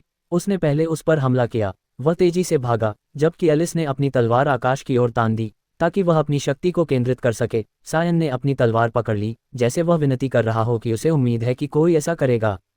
बाहर आओ। एलिस के मन में शक्ति बह रही है। सियान को उम्मीद थी कि योलिन दिखाई देगा। जब एलिस और सियान एक दूसरे को मारने वाले थे, योलिन बीच में दिखाई दिया और चिल्लाया, रुको। उसने अपनी तलवार से एलिस की तलवार को रोक दिया, जबकि उसने पीछे से सियान को पकड़ लिया। उसकी गर्दन पर एलिस का हमला। रोते हुए चेहरे वाले सायन को आश्चर्य हुआ कि क्या एलिस उसे मारने की कोशिश कर रही है। एलिस लगातार बुदा रही थी कि वह हार नहीं सकती। सायन उसकी आंखों में देखकर बता सकता था कि यह उसका अंत होगा, क्योंकि वह किनारे पर खड़ा था। उसने अनुमान लगाया कि भले ही वह गिर जाए, वह उसके हमले को रोकना चाहता था। उसने ये भरोसा करने का निर्णय किया कि उसकी योजना अविश्वसनीय गति से काम करेगी। उसने पहले उस पर हमला किया। वह तेजी से भागा, जबकि एलिस ने अपनी तलवार आकाश की ओर तान दी ताकि वह अपनी शक्ति को केंद्रित कर सके। सायन ने अपनी तलवार पकड़ ली, जैसे वह विनती कर रहा हो कि उसे उम्मीद है कि कोई ऐसा करेगा।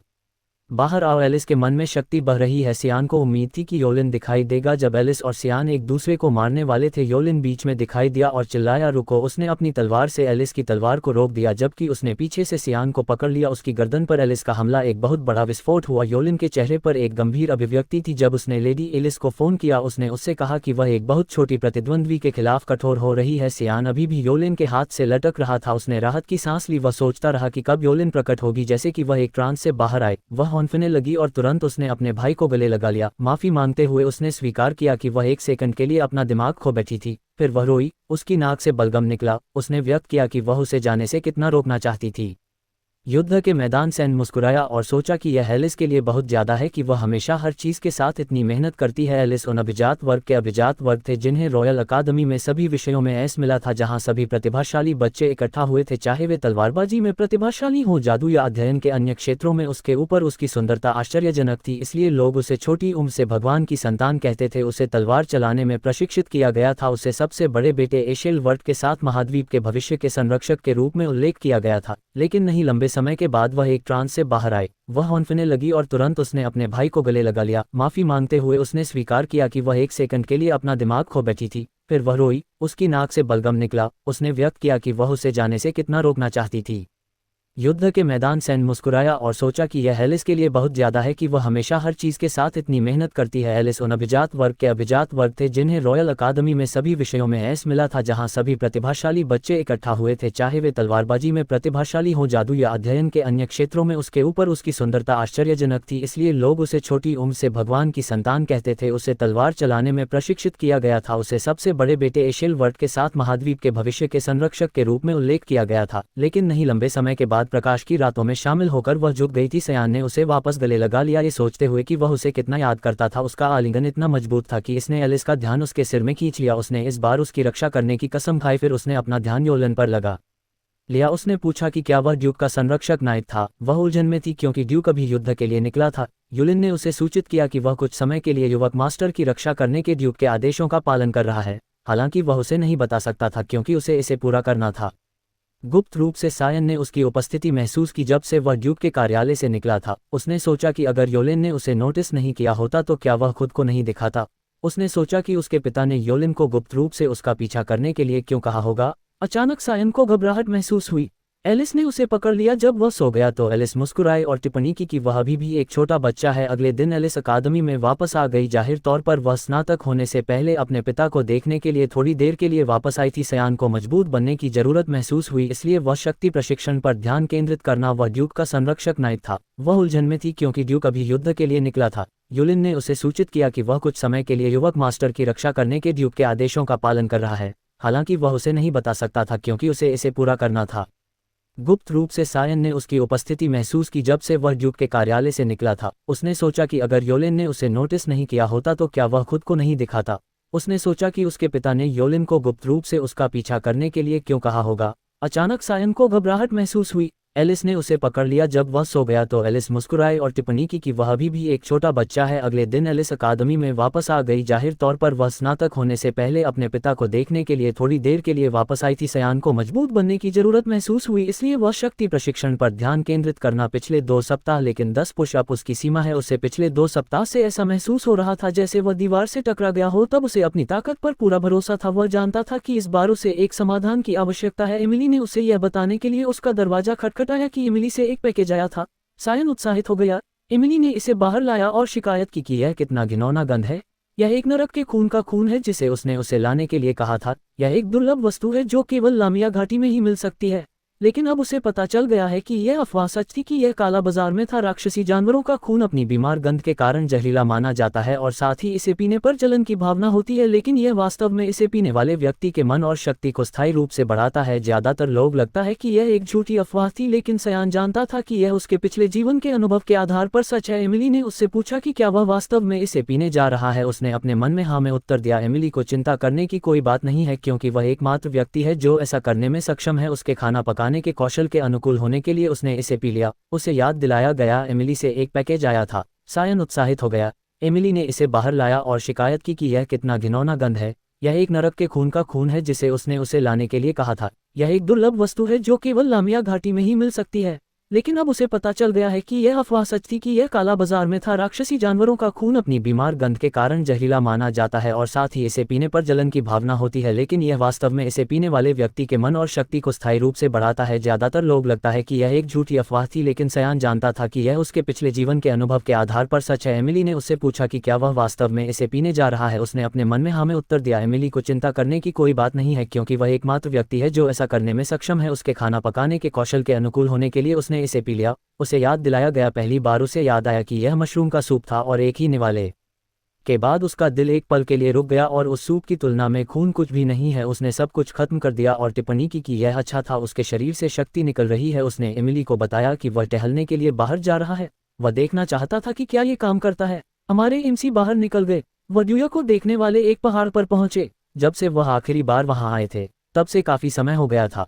वह पिछले 2 हफ्तों से इसका इंतजार कर रहे थे। ये समय था जब योलिन अपनी नियमित रिपोर्ट के लिए वहां नहीं था, तो वह आमतौर पर उस स्थान पर जाता है जब वह अकेला रहना चाहता है। फिर एक दिन एशिल को प्रकाश के देवता लुमिल से एक दिव्य रहस्योद्घाटन प्राप्त हुआ जिसमें कहा गया था कि एक प्राचीन मंदिर पहाड़ों में कहीं छिपा हुआ है। उसने नहीं किया वास्तव में इस पर पूरा विश्वास है, लेकिन वास्तव में एक जगह थी जहां मन का प्रवाह केंद्रित था और निश्चित रूप से दिव्य रहस्योद्घाटन अभी आना बाकी है। केवल सियान को इसके बारे में उस समय पता था जब उसने अपने हाथ से जमीन को छुआ था और उसकी शक्ति उस क्षेत्र में यात्रा कर रही थी। मुस्कुराया क्योंकि उसने सोचा कि कैसे एशेल को पता नहीं था कि वह अभी क्या कर रहा है। जमीन टूट गई थी और यह एक भूमिगत का पता चला। वह टहलने के लिए बाहर जा रहा है। वह देखना चाहता था कि क्या ये काम करता है। हमारे एमसी बाहर निकल गए। वह ड्यूया को देखने वाले एक पहाड़ पर पहुंचे। जब से वह आखिरी बार वहां आए थे तब से काफी समय हो गया था। वह पिछले 2 हफ्तों से इसका इंतजार कर रहे थे। ये समय था जब योलेन अपनी नियमित रिपोर्ट के लिए वहां नहीं था, तो वह आमतौर पर उस स्थान पर जाता है जब वह अकेला रहना चाहता है। फिर एक दिन एशेल को प्रकाश के देवता लुमिल से एक दिव्य रहस्योद्घाटन प्राप्त हुआ, जिसमें कहा गया था कि एक प्राचीन मंदिर पहाड़ों में कहीं छिपा हुआ है। उसने नहीं किया वास्तव में इस पर पूरा विश्वास है, लेकिन वास्तव में एक जगह थी जहां मन का प्रवाह केंद्रित था और निश्चित रूप से दिव्य रहस्योद्घाटन अभी आना बाकी है। केवल सियान को इसके बारे में उस समय पता था जब उसने अपने हाथ से जमीन को छुआ था और उसकी शक्ति उस क्षेत्र में यात्रा कर रही थी। मुस्कुराया क्योंकि उसने सोचा कि कैसे एशेल को पता नहीं था कि वह अभी क्या कर रहा है। जमीन टूट गई थी और यह एक भूमिगत का पता चला। मार्ग में उसने अंदर जाने का निर्णय किया। उसने देखा कि पिछली बार जब वह वहां गया था तब से यह अलग था। वह स्थान एक प्राचीन मंदिर था जो प्रकाश के देवता लुमेल की सेवा करता था जब तक कि उस भूमि का सारा इतिहास मिट नहीं गया। ये दानव युद्ध के देवता के कारण था। ये 300 साल पहले हुआ था। कौन सोच सकता था कि यह जगह पहाड़ों में मौजूद है। महल के ठीक पीछे उसके सामने एक कुर्सी पर एक चमकती हुई तलवार है।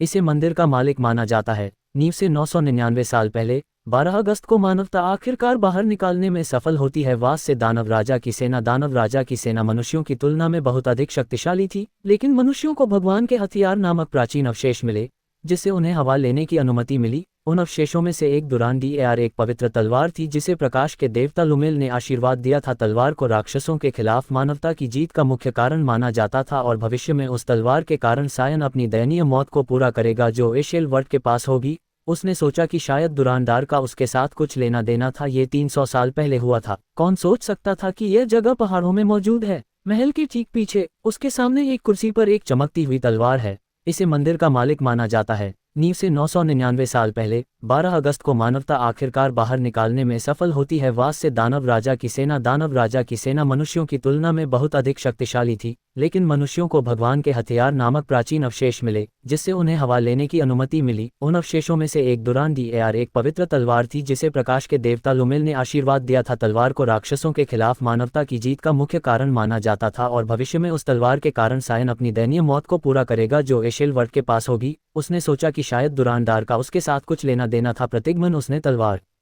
को छुआ और जैसा कि उसने उम्मीद की थी कुछ भी नहीं हुआ। उसने हताशा में तलवार को लात मारी। उसने कहा कि इसने उसका मूड खराब कर दिया। उसने ये कहते हुए उसका मजाक उड़ाया कि पवित्र तलवार मेरी गांड। उसने अपने व्यवसाय की देखभाल करने का फैसला किया और फिर उसे छोड़ दिया। उसे नहीं पता था कि तलवार थी। एक बार जब वह प्रकाश से आगे बढ़ता है तो वह भी परेशान होता है।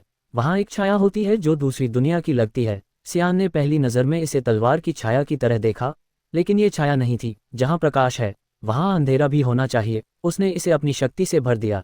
इससे पता चला कि रास्ता जो प्रकाश की वेदी द्वारा छिपे दूसरे कमरे की ओर जाता है। हमारे एमसीओ ने दरवाजा खोला। उसने देखा कि उसकी तलवार कुर्सी के ऊपर लाल रंग में चमक रही थी। उसने अपनी तलवार से कहा कि इसे देखकर अच्छा लगा। सयान ने अपनी तलवार पकड़ ली। यह राक्षसी तलवार थी, कुम वही तलवार जो वह मरने से पहले चला रहा था। जैसे ही उसने उसे छुआ उसमें एक शक्तिशाली अशुभ आभा प्रकट हुई। उसने गुड मॉर्निंग सायम कहा, लेकिन कोई प्रतिक्रिया नहीं हुई। इसलिए उसने सोचा कि क्या वह अभी भी जागा नहीं है। सायन प्रसन्न था। उसके लिए यह परिचित भावना सबसे अच्छी थी। बस यही है, एक बार जब वह प्रकाश से आगे बढ़ता है तो वह भी परेशान होता है। वहाँ एक छाया होती है जो दूसरी दुनिया की लगती है। सियान ने पहली नज़र में इसे तलवार की छाया की तरह देखा, लेकिन ये छाया नहीं थी। जहाँ प्रकाश है वहाँ अंधेरा भी होना चाहिए। उसने इसे अपनी शक्ति से भर दिया। इससे पता चला कि रास्ता जो प्रकाश की वेदी द्वारा छिपे दूसरे कमरे की ओर जाता है। हमारे एमसीओ ने दरवाजा खोला। उसने देखा कि उसकी तलवार कुर्सी के ऊपर लाल रंग में चमक रही थी। उसने अपनी तलवार से कहा कि इसे देखकर अच्छा लगा। सयान ने अपनी तलवार पकड़ ली। यह राक्षसी तलवार थी, कुम वही तलवार जो वह मरने से पहले चला रहा था। जैसे ही उसने उसे छुआ उसमें एक शक्तिशाली अशुभ आभा प्रकट हुई। उसने गुड मॉर्निंग सायम कहा, लेकिन कोई प्रतिक्रिया नहीं हुई। इसलिए उसने सोचा कि क्या वह अभी भी जागा नहीं है। सायन प्रसन्न था। उसके लिए यह परिचित भावना सबसे अच्छी थी। बस यही है, उसे वहीं कुछ मारने का मन हुआ और फिर तभी तीखी आंखों वाली एक छाया जमीन पर प्रकट हुई। उसने सियान से पूछा कि क्या उसे कोई डर नहीं है, और पूछा कि क्या उसे नहीं पता कि उसे जगाने का क्या मतलब है। सियान ने बेपरवाही से उत्तर दिया कि वह नहीं जानता था और यह हो सकता है कि इसका मतलब था कि तलवार उसकी है। अब छाया बड़ी हो गई और डराने लगी। इसने सियान को सूचित किया कि चूंकि उसने एक राक्षसी तलवार को जगाया था, इसलिए अब पछताने के लिए बहुत देर हो चुकी थी। अब छाया मुस्कुराए और इसने कई नुकीले प्रकट किए दांत ये दावा करते हुए सियान की ओर बढ़ा कि सियोन का शरीर उसका होगा, लेकिन कुम को आश्चर्य हुआ कि सियान ने लापरवाही से उसका गला घोंट दिया। सियान ने उससे कहा कि वह इतना कचरा नहीं था। इससे पहले कि छाया फीकी पड़ने लगे और उसने एक मानव चेहरा प्रकट किया। कुम को आश्चर्य हुआ कि सियान कैसे उसे छू सकता था। जैसे कि एक उत्तर सियान ने दोहराया कि तलवार उसकी है। कुम के पास गुलाबी लंबे नुकीले नाखून थे। उसने चिल्लाते हुए सियान पर हमला किया। भाड़ में जाओ। सियान ने अपनी पकड़ खो दी और कुम पीछे की ओर कूद गई। जब कुम पूरी तरह से प्रकट हुई तो पता चला कि वह एक महिला थी। सियान ने पूछा वह नहीं जानता था और यह हो सकता है कि इसका मतलब था कि तलवार उसकी है। अब छाया बड़ी हो गई और डराने लगी। इसने सियान को सूचित किया कि चूंकि उसने एक राक्षसी तलवार को जगाया था, इसलिए अब पछताने के लिए बहुत देर हो चुकी थी। अब छाया मुस्कुराए और इसने कई नुकीले प्रकट किए दांत ये दावा करते हुए सियान की ओर बढ़ा कि सियोन का शरीर उसका होगा, लेकिन कुम को आश्चर्य हुआ कि सियान ने लापरवाही से उसका गला घोंट दिया। सियान ने उससे कहा कि वह इतना कचरा नहीं था। इससे पहले कि छाया फीकी पड़ने लगे और उसने एक मानव चेहरा प्रकट किया। कुम को आश्चर्य हुआ कि सियान कैसे उसे छू सकता था। जैसे कि एक उत्तर सियान ने दोहराया कि तलवार उसकी है। कुम के पास गुलाबी लंबे नुकीले नाखून थे। उसने चिल्लाते हुए सियान पर हमला किया। भाड़ में जाओ। सियान ने अपनी पकड़ खो दी और कुम पीछे की ओर कूद गई। जब कुम पूरी तरह से प्रकट हुई तो पता चला कि वह एक महिला थी। सियान ने पूछा वह कौन था। वह उसके चारों ओर एक अंधेरे आभा को देख सकती थी। उसने पूछा कि क्या वह उत्तराधिकारी था। उसने पूछा कि वह उससे ऐसा क्यों महसूस कर सकती थी। सियान ने उत्तर दिया कि वह सही है और वह अरू का उत्तराधिकारी है। उसने एक शैतानी मुस्कुराहट पहनी और उसे बताया कि उसका मास्टर वापस आ गया है। उसने उससे झुकने की मांग की। उसने उसे राक्षसी तलवार सह कहा। यह कहकर उसे मना कर दिया कि वह सिर्फ एक बच्चा है, वह इसे स्वीकार नहीं कर सकती। वे एक दूसरे से लड़े। सियान ने यह पता लगाया कि शब्द पर्याप्त नहीं थे। राक्षसी तलवार का अंतिम लक्ष्य है उपयोगकर्ता के शरीर पर कब्जा करने के लिए, जिसने उसके पास कोई विकल्प नहीं छोड़ा। उसने उस पर आसानी से जाने की योजना बनाई, लेकिन फिर सियान मुस्कुराया और राक्षसी तलवार नियंत्रण को सक्रिय कर दिया। अचानक क्यूम को जमीन पर खींचा जा रहा था और प्रभाव ने उसे करा दिया। सियान ने उसे बताया कि वह बस एक बार कहेगा। उसने पूछा कि वह उसे अपने मालिक के रूप में क्यों स्वीकार नहीं करेगी, जबकि वह अभी भी अच्छा है। वह अपने दांतों को पीसती है क्योंकि वह उससे पूछती है कि वह उस शक्ति का उपयोग कैसे कर सकता है। उसने फिर से राक्षसी तलवार नियंत्रण को सक्रिय किया और उसने उसका चेहरा कुचल दिया जमीन पर। उसने ऐसा बार बार किया। मास्टर वापस आ गया है। उसने उससे झुकने की मांग की। उसने उसे राक्षसी तलवार सह कहा। यह कहकर उसे मना कर दिया कि वह सिर्फ एक बच्चा है, वह इसे स्वीकार नहीं कर सकती। वे एक दूसरे से लड़े। सियान ने यह पता लगाया कि शब्द पर्याप्त नहीं थे। राक्षसी तलवार का अंतिम लक्ष्य है उपयोगकर्ता के शरीर पर कब्जा करने के लिए, जिसने उसके पास कोई विकल्प नहीं छोड़ा। उसने उस पर आसानी से जाने की योजना बनाई, लेकिन फिर सियान मुस्कुराया और राक्षसी तलवार नियंत्रण को सक्रिय कर दिया।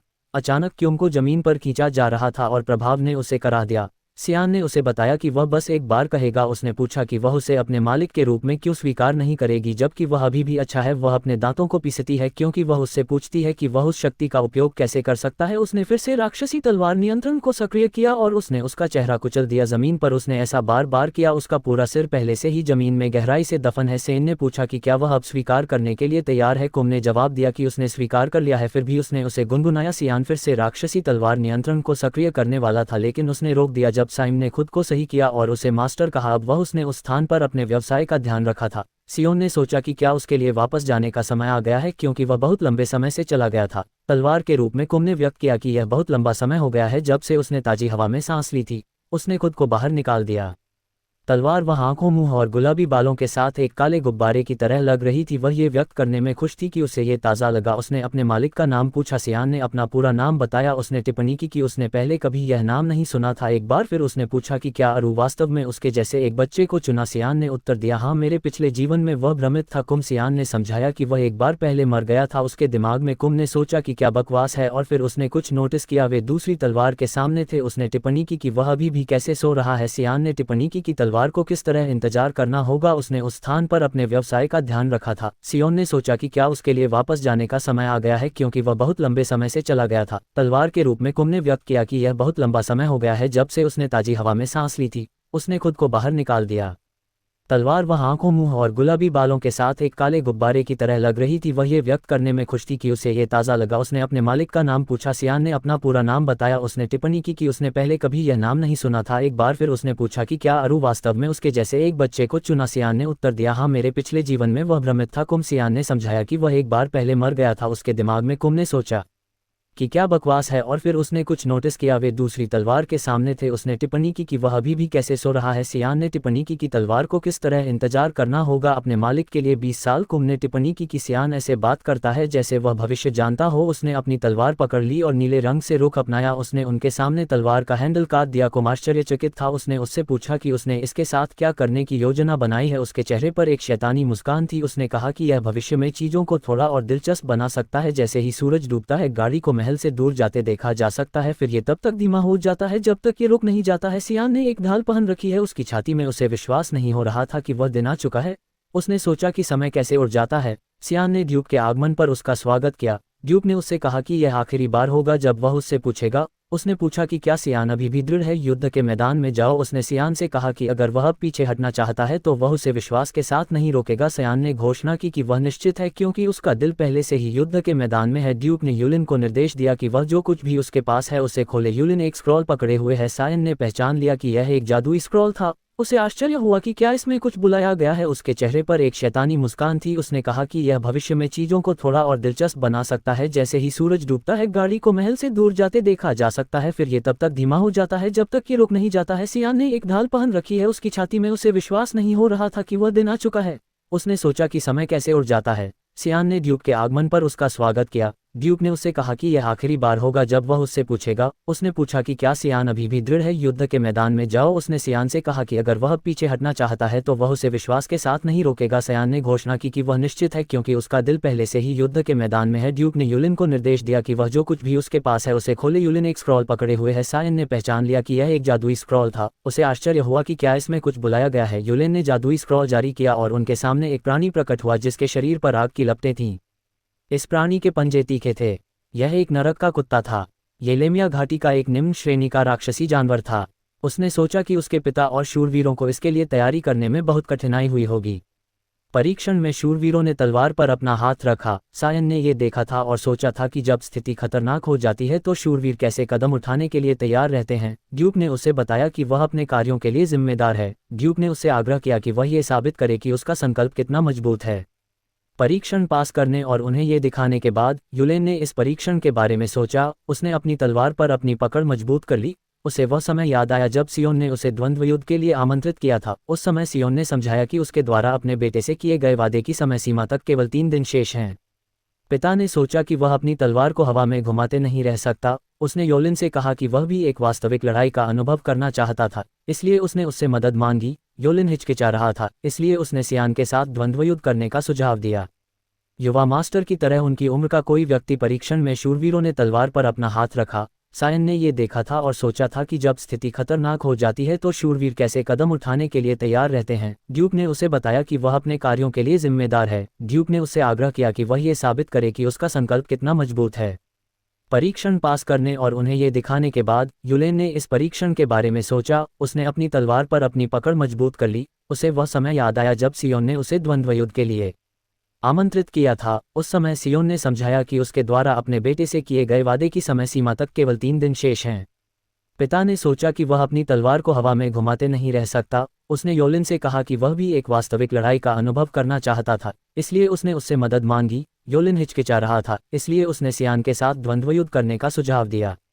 युवा मास्टर की तरह उनकी उम्र का कोई व्यक्ति सियान ने बताया कि किसी कारण से क्रैन जब भी उसे देखता है तो भाग जाता है। उसके सिर में योलिन को लगा कि यह एक परेशानी है। योलिन अंततः सहमत हो गया। उसने सियान को सूचित किया कि वह केवल अपनी तलवार म्यान से लड़ेगा और वह केवल रक्षा पर ध्यान केंद्रित करेगा, इसलिए वह सियान को प्रोत्साहित करता है उस पर हमला करने के लिए वह सब जो वह चाहता है। सियान ने योलिन को धन्यवाद दिया। उसने उससे कहा कि उसके पास पूछने के लिए एक और एहसान है। माहौल बदल गया और उसके चेहरे पर एक गंभीर अभिव्यक्ति के साथ उसने योलिन से कहा कि द्वंद्व में जो कुछ भी होता है योलिन को इसके बारे में ड्यूक को नहीं बताना चाहिए। उसने इस बात पर जोर दिया कि यह एक ऐसा आदेश था जिसने हैरान कर दिया योलिन। सियान ने उस पर हमला कर दिया। योलिन अपनी तलवार से इसे रोकने में सक्षम था, लेकिन उसने महसूस किया कि हमला भारी था। वह विश्वास नहीं कर सकता कि ये 10 साल पुरानी तलवार से आया था, इससे पहले कि वह अपने पास वापस आ सके। रोक हमारे एमसी ने फिर से हमला किया। उसने ये भी देखा कि सियान कितनी तेजी से चलता है और वह आश्चर्यचकित था जब अचानक वह दृष्टि से बाहर हो गया। वह आश्चर्यचकित था कि सियान कब गायब हो गया और फिर उसने उसे पीछे महसूस किया। वह सही समय पर बचाव करने में सक्षम था। सियान ने लगातार उस पर हमला किया, उसने वास्तव में इसे लिया द्वंद्वयुद्ध गंभीरता से। हमारे एमसी ने अपना सब कुछ दिया उस पर हमला करने के लिए, वह सब जो वह चाहता है। सियान ने योलिन को धन्यवाद दिया, उसने उससे कहा कि उसके पास पूछने के लिए एक और एहसान है। माहौल बदल गया और उसके चेहरे पर एक गंभीर अभिव्यक्ति के साथ उसने योलिन से कहा कि द्वंद्व में जो कुछ भी होता है योलिन को इसके बारे में ड्यूक को नहीं बताना चाहिए। उसने इस बात पर जोर दिया कि यह एक ऐसा आदेश था जिसने हैरान कर दिया योलिन। सियान ने उस पर हमला कर दिया, योलिन अपनी तलवार से इसे रोकने में सक्षम था लेकिन उसने महसूस किया कि हमला भारी था। वह विश्वास नहीं कर सकता कि ये 10 साल पुरानी तलवार से आया था, इससे पहले कि वह अपने पास वापस आ सके। रुक, हमारे एमसी ने फिर से हमला किया। उसने ये भी देखा कि सियान कितनी तेजी से चलता है और वह आश्चर्यचकित था जब अचानक वह दृष्टि से बाहर हो गया। वह आश्चर्यचकित था कि सियान कब गायब हो गया और फिर उसने उसे पीछे महसूस किया। वह सही समय पर बचाव करने में सक्षम था। सियान ने लगातार उस पर हमला किया, उसने वास्तव में इसे लिया द्वंद्वयुद्ध गंभीरता से। हमारे एमसी ने अपना सब कुछ दिया जब हमला किया गया, लेकिन ये सब योलिन द्वारा विक्षेपित किया गया था। उसने मुझे बताया कि जैसा कि उसने सोचा था कि वह उसके खिलाफ नहीं जीत सकता है, फिर भी उसने अपनी कड़ी मेहनत के लिए योलिन को धन्यवाद दिया। योलिन की सांस उथली और तेज हो गई, उसने अपने मन में युवा मास्टर की प्रशंसा की। वह विश्वास नहीं कर सकता कि कमजोर युवा मास्टर सियान इतना बड़ा हो गया था कि वर्तमान समय में वापस आ गया था। योलिन ने सोचा कि उसका अनुमान सही था, युवा मास्टर परीक्षण को पार कर सकता है। नरक का कुत्ता तेजी से आगे बढ़ा, सैन ने उसके हमले का अनुमान लगाया। जैसे ही वह उसके पास पहुंचा, वह जोर से दहाड़ा। उसकी आंखें सियोन पर केंद्रित थीं, ये सियोन के पास से गुजरा। सियोन समझ गया कि उसकी वर्तमान ताकत के साथ एक राक्षस से लड़ना अभी भी बहुत ज्यादा है। वह जानता था कि उसे जितनी जल्दी हो सके लड़ाई को समाप्त करना होगा। हेलहाउंड फिर से हमला करने के लिए तैयार था, लेकिन सियान ने अपने अगले हमले के साथ इसे मारने की योजना बनाई थी। उसने मान लिया था कि एक राक्षस से लड़ सकता है। वह जानता था कि उसे जितनी जल्दी हो सके लड़ाई को समाप्त करना होगा। हेलहाउंड फिर से हमला करने के लिए तैयार था, लेकिन सियान ने अपने अगले हमले के साथ इसे मारने की योजना बनाई थी, युद्ध की मुद्रा में। और जब नरक का कुत्ता उस पर टूट पड़ा तो उसने उसकी गर्दन को निशाना बनाया। वह हवा में ऊंचा उछला और अपनी तलवार से उसकी खोपड़ी को छेद दिया। शूरवीरों को अपनी आंखों पर विश्वास नहीं हुआ। ड्यूक प्रसन्न हुआ। सायन ने नरक के कुत्ते की लाश को देखा, उसमें से बहुत खून बह रहा था। उसकी गर्दन से उसने सोचा कि यह कि कमजोर युवा मास्टर सियान इतना बड़ा हो गया था कि वर्तमान समय में वापस आ गया था। युलिन ने सोचा कि उसका अनुमान सही था, युवा मास्टर परीक्षण को पार कर सकता है। नरक का कुत्ता तेजी से आगे बढ़ा, सैन ने उसके हमले का अनुमान लगाया। जैसे ही वह उसके पास पहुंचा, वह जोर से दहाड़ा। उसकी आंखें सियोन पर केंद्रित थीं, ये सियोन के पास से गुजरा। सियोन समझ गया कि उसकी वर्तमान ताकत के साथ एक राक्षस से लड़ना अभी भी बहुत ज्यादा है। वह जानता था कि उसे जितनी जल्दी हो सके लड़ाई को समाप्त करना होगा। हेलहाउंड फिर से हमला करने के लिए तैयार था, लेकिन सियान ने अपने अगले हमले के साथ इसे मारने की योजना बनाई थी। उसने मान लिया था कि एक राक्षस से लड़ सकता है। वह जानता था कि उसे जितनी जल्दी हो सके लड़ाई को समाप्त करना होगा। हेलहाउंड फिर से हमला करने के लिए तैयार था, लेकिन सियान ने अपने अगले हमले के साथ इसे मारने की योजना बनाई थी, युद्ध की मुद्रा में। और जब नरक का कुत्ता उस पर टूट पड़ा तो उसने उसकी गर्दन को निशाना बनाया। वह हवा में ऊंचा उछला और अपनी तलवार से उसकी खोपड़ी को छेद दिया। शूरवीरों को अपनी आंखों पर विश्वास नहीं हुआ। ड्यूक प्रसन्न हुआ। सायन ने नरक के कुत्ते की लाश को देखा, उसमें से बहुत खून बह रहा था। उसकी गर्दन से उसने सोचा कि यह बेकार था, क्योंकि इतना खून कुछ बोतलें भर सकता था, लेकिन अगर उसने वहीं पर ऐसा कुछ किया तो लोग सोचेंगे कि वह पागल है। ड्यूक ने ताली बजाई क्योंकि उसने प्रभावशाली होने के लिए सियान की प्रशंसा की। उसने सियान से कहा, फिर मैं तुम्हें बैटलफ्रंट पर देखूंगा। सियान अपने पिता को धन्यवाद दिया। कुम उसके कंधे में एक छोटे से धुएं के रूप में प्रकट हुई। उसने उससे उग्रता से पूछा कि क्या वह उसे रसोई के चाकू की तरह दिखती है। सियान ने लापरवाही से उत्तर दिया, बिल्कुल नहीं, आप एक दी राक्षसी तलवार हैं, आप ऐसा क्यों कहेंगे। कुम ने उत्तर दिया, तो मेरा उपयोग करें, लानत है। वह चिल्लाई कि उसे ताकत हासिल करने के लिए खून की जरूरत है। उसने लाश को देखा और एक घूंट पीने की भीख मांगते हुए अपनी जीभ बाहर निकाली। सियान ने उसे चिंता न करने के लिए कहा और जानलेवा इरादे से उसने उससे कहा कि जल्द ही वह उसे अपने दिल की इच्छा के अनुसार इस्तेमाल करेगा। संतुष्ट होकर उसने उसे इसके लिए तत्पर रहने को कहा। कुम ने शिकायत की कि उसे उस समय के दौरान उसे जगह देना चाहिए था। फिर थोड़ी देर बाद उत्तर पश्चिम में एक राक्षस प्रकट हुआ। ड्यूक ने उन्हें रक्षा की एक पंक्ति स्थापित करने और राक्षस को तुरंत नीचे गिराने का आदेश दिया। उसने कहा कि वह उसे जगाने के लिए तत्पर था। सभी को कहा गया कि किसी को भी जीवित न छोड़ें। अपने पिता को धन्यवाद दिया। कुम उसके कंधे में एक छोटे से धुएं के रूप में प्रकट हुई। उसने उससे उग्रता से पूछा कि क्या वह उसे रसोई के चाकू की तरह दिखती है। सयान ने लापरवाही से उत्तर दिया, बिल्कुल नहीं, आप एक दी राक्षसी तलवार हैं, आप ऐसा क्यों कहेंगे। कुम ने उत्तर दिया, तो मेरा उपयोग करें, लानत है। वह चिल्लाई कि उसे ताकत हासिल करने के लिए खून की जरूरत है। उसने लाश को देखा और एक घूंट पीने की भीख मांगते हुए अपनी जीभ बाहर निकाली। सियान ने उसे चिंता न करने के लिए कहा और जानलेवा इरादे से उसने उससे कहा कि जल्द ही वह उसे अपने दिल की इच्छा के अनुसार इस्तेमाल करेगा। संतुष्ट होकर उसने उसे इसके लिए तत्पर रहने को कहा। कुम ने शिकायत की कि उसे उस समय के दौरान उसे जगह देना चाहिए था। फिर थोड़ी देर बाद उत्तर पश्चिम में एक राक्षस प्रकट हुआ। ड्यूक ने उन्हें रक्षा की एक पंक्ति स्थापित करने और राक्षस को तुरंत नीचे गिराने का आदेश दिया। उसने कहा कि वह उसे जगाने के लिए तत्पर था। सभी को कहा गया कि किसी को भी जीवित न छोड़ें। शूरवीरों ने मुक्ति का संयम शुरू करने के लिए चिल्लाया। हवा में एक चमकीले पीले निशान ने क्षेत्र को रोशन कर दिया। राक्षसों के नीचे एक जादुई चक्र बन गया और उस चक्र से प्रतिबंध निकल आए, जिससे राक्षस स्थिर हो गए। ड्यूक ने शूरवीरों को हमला करने का आदेश दिया। उन्होंने क्षेत्र में राक्षसों को काट डाला। राक्षस जोर से दहाड़ रहे थे, लेकिन शूरवीर ने बहादुरी से अपना कर्तव्य निभाया। उन्होंने आसानी से राक्षसों को काट डाला। इस बीच सियान एक घोड़े पर सवार होकर उन्हें देख रहा था, जबकि उसके पीछे एमिली डर के मारे रो रही थी। उसने आंसुओं की नदियां बहा दी। उसने युवा मास्टर से पूछा कि वह क्यों आना चाहता था। सायन के अंदर ऐसी जगह की गहराई में पुरानी यादें ताज़ा हो गईं। ड्यूक ने उससे पूछा कि अग्रिम पंक्ति में रहकर कैसा लगता है। सायन ने स्वीकार किया कि वह थोड़ा घबराया हुआ है। ड्यूक ने उससे कहा कि जैसा उसने देखा था वह कभी नहीं जान पाएगा कि वह कब किसी स्थान पर मर जाएगा। इस तरह से उन्होंने उसे सलाह दी कि वह कभी भी अपनी रक्षा में ढील न दे। उन्होंने उत्तर दिया कि वह इसे ध्यान में रखेंगे। वह जानते थे कि अग्रिम पंक्ति में इस तरह की परिस्थितियां एक दर्जन होती हैं। आमतौर पर एक दिन में 3 से 4 लड़ाइयां होती हैं और हर लड़ाई की अपनी विशेषताएं होती हैं।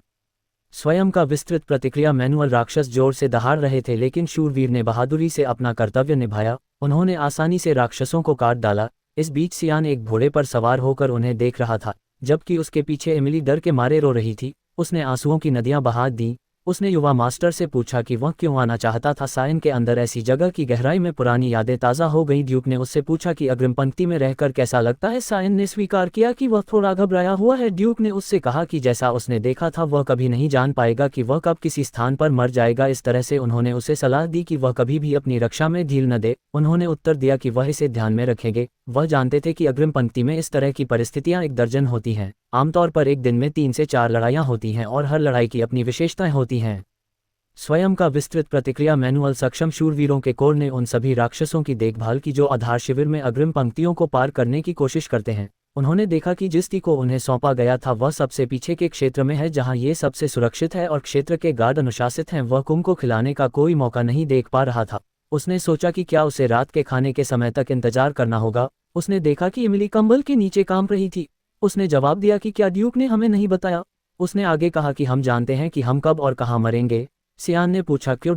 वह पैकअप और वापस। वह जोर से चिल्लाया, क्या आपको लगता है कि मैं कर सकता हूं जब आप मेरे बिना भी कुछ नहीं कर सकते। थोड़ी सी झुंझलाहट के साथ उसने उससे कहा कि राक्षसों के साथ अगर वह भाग गई तो कौन देखभाल करेगा। उसने उसे चलने का निर्देश दिया क्योंकि खाने का समय हो चुका है।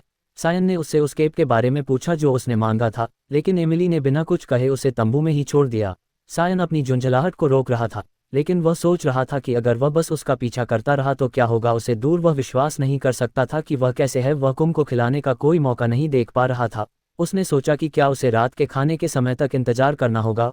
उसने देखा कि एमिली कंबल के नीचे कांप रही थी। उसने जवाब दिया कि क्या ड्यूक ने हमें नहीं बताया। उसने आगे कहा कि हम जानते हैं कि हम कब और कहाँ मरेंगे। सियान ने पूछा क्यों। वह पैकअप और वापस। वह जोर से चिल्लाया, क्या आपको लगता है कि मैं कर सकता हूं जब आप मेरे बिना भी कुछ नहीं कर सकते। थोड़ी सी झुंझलाहट के साथ उसने उससे कहा कि राक्षसों के साथ अगर वह भाग गई तो कौन देखभाल करेगा। उसने उसे चलने का निर्देश दिया क्योंकि खाने का समय हो चुका है। सायन ने उससे उस केप के बारे में पूछा जो उसने मांगा था, लेकिन एमिली ने बिना कुछ कहे उसे तंबू में ही छोड़ दिया। सायन अपनी झुंझलाहट को रोक रहा था, लेकिन वह सोच रहा था कि अगर वह बस उसका पीछा करता रहा तो क्या होगा। उसे दूर वह विश्वास नहीं कर सकता था कि वह कैसे है। बाद में उस रात अपने मालिक का इलाज किया। सी ने बिस्तर पर एक गुड़िया रखी जो उसके जैसी दिखती थी। उसने इसे एक कंबल में ढक दिया। ऐसा लग रहा था कि वह बिस्तर पर सो रहा था। उसने सोचा कि यह पर्याप्त कवर था। एमिली ने उससे पूछा कि क्या वह उस जगह पर भी व्यायाम करने की योजना बना रहा है। उसने हमें उत्तर दिया और पूछा कि क्या उसने उसे जगाया था। उसकी आंखें अभी भी बंद हैं क्योंकि उसने उसे मेहनती होने के लिए प्रशंसा की। उसने कहा कि ड्यूक को उस पर गर्व होगा यदि उसे पता चले कि उसने अपना हुड पहन लिया है और उसे बताया है कि वह जा रहा है। उसने उसे हमेशा की तरह चीज़ों का ध्यान रखने के लिए कहा क्योंकि वह तंबू छोड़ने वाला था। उसने उसे बताया कि वह सो रहा था। उसने कहा कि वह जानता था कि चूंकि वे अग्रिम पंक्ति में हैं, इसलिए गार्ड की ड्यूटी कड़ी कर दी गई है। वह जितनी तेजी से भाग सकता था भाग गया। अगर वह नहीं भागता, यह मौका मत लो। स्वतंत्र रूप से घूमना मुश्किल होगा। उसने अपने कौशल का इस्तेमाल किया। मोटी कोहरे 3 चाल कोहरे वंश। वह अपनी याददाश्त पर भरोसा कर रहा है और राक्षसों के टन के साथ एक जगह पर चला गया। ये साइम का उपयोग करने के लिए एकदम सही जगह थी। कुम मजबूत पर उत्साहित हो गया। खून की गंध पाकर उसने अपने मालिक से कहा कि उसे नहीं लगता कि वह खुद को रोक पाएगा। उसने उससे जल्दी चलने का आग्रह किया ताकि वह कुछ काट सके। उसने हाँ में उत्तर दिया और पूछा कि क्या उसने उसे जगाया था। उसकी आंखें अभी भी बंद हैं क्योंकि उसने उसे मेहनती होने के लिए प्रशंसा की। उसने कहा कि ड्यूक को उस पर गर्व होगा यदि उसे पता चले कि उसने अपना हुड पहन लिया है और उसे बताया है कि वह जा रहा है। उसने उसे हमेशा की तरह चीज़ों का ध्यान रखने के लिए कहा क्योंकि वह तंबू छोड़ने वाला था। उसने उसे बताया कि वह सो रहा था। उसने कहा कि वह जानता था कि चूंकि वे अग्रिम पंक्ति में हैं, इसलिए गार्ड की ड्यूटी कड़ी कर दी गई है। वह जितनी तेजी से भाग सकता था, भाग गया। अगर वह नहीं भागता, यह मौका मत लो, स्वतंत्र रूप से घूमना मुश्किल होगा। उसने अपने कौशल का इस्तेमाल किया। मोटी कोहरे 3 चाल कोहरे वंश। वह अपनी याददाश्त पर भरोसा कर रहा है और राक्षसों के टन के साथ एक जगह पर चला गया। ये साइम का उपयोग करने के लिए एकदम सही जगह थी। कुम मजबूत पर उत्साहित हो गया। खून की गंध पाकर उसने अपने मालिक से कहा कि उसे नहीं लगता कि वह खुद को रोक पाएगा। उसने उससे जल्दी चलने का आग्रह किया ताकि वह कुछ काट सके।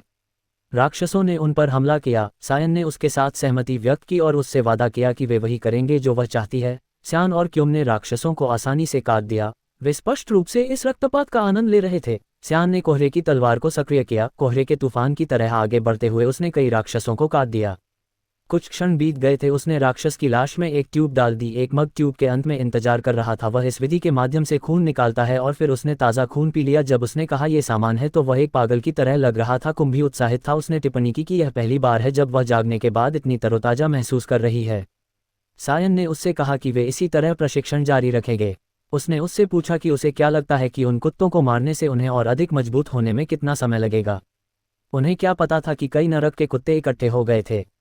उनके पीछे उसने राक्षसों को महसूस किया। उसने कुम को आश्वस्त किया कि चिंता मत करो क्योंकि रात जवान है और राक्षसों की भरमार है। कुम उत्साहित हो रही थी। राक्षस नरक के कुत्ते विशाल मगरमच्छ। आप नाम बताए। उसी रात कई रातों से एक गाड़ी पहाड़ों में यात्रा कर रही थी। एक लड़की। कुछ क्षण बीत गए थे। उसने राक्षस की लाश में एक ट्यूब डाल दी। एक मग ट्यूब के अंत में इंतजार कर रहा था। वह इस विधि के माध्यम से खून निकालता है और फिर उसने ताज़ा खून पी लिया। जब उसने कहा यह सामान है तो वह एक पागल की तरह लग रहा था। कुम भी उत्साहित था। उसने टिप्पणी की कि यह पहली बार है जब वह जागने के बाद इतनी तरोताज़ा महसूस कर रही है। सायन ने उससे कहा कि वे इसी तरह प्रशिक्षण जारी रखेंगे। उसने उससे पूछा कि उसे क्या लगता है कि उन कुत्तों को मारने से उन्हें और अधिक मजबूत होने में कितना समय लगेगा।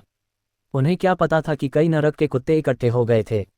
उनके पीछे उसने राक्षसों को महसूस किया। उसने कुम को आश्वस्त किया कि चिंता मत करो क्योंकि रात जवान है और राक्षसों की भरमार है। कुम उत्साहित हो रही थी। राक्षस नरक के कुत्ते विशाल मगरमच्छ। आप नाम बताए। उसी रात कई रातों से एक गाड़ी पहाड़ों में यात्रा कर रही थी। एक लड़की। चांदी के बालों वाली महिला गाड़ी के अंदर है। किसी को ये कहते हुए सुना जा सकता है कि अग्रिम पंक्ति बहुत खतरनाक है। लड़की के साथ गाड़ी के अंदर मौजूद महिला ने सुझाव दिया कि वे वापस चले जाएं। लड़की ने उससे कहा कि उसके साथ बच्चे जैसा व्यवहार न करें। उसने उससे कहा कि वह शाही है।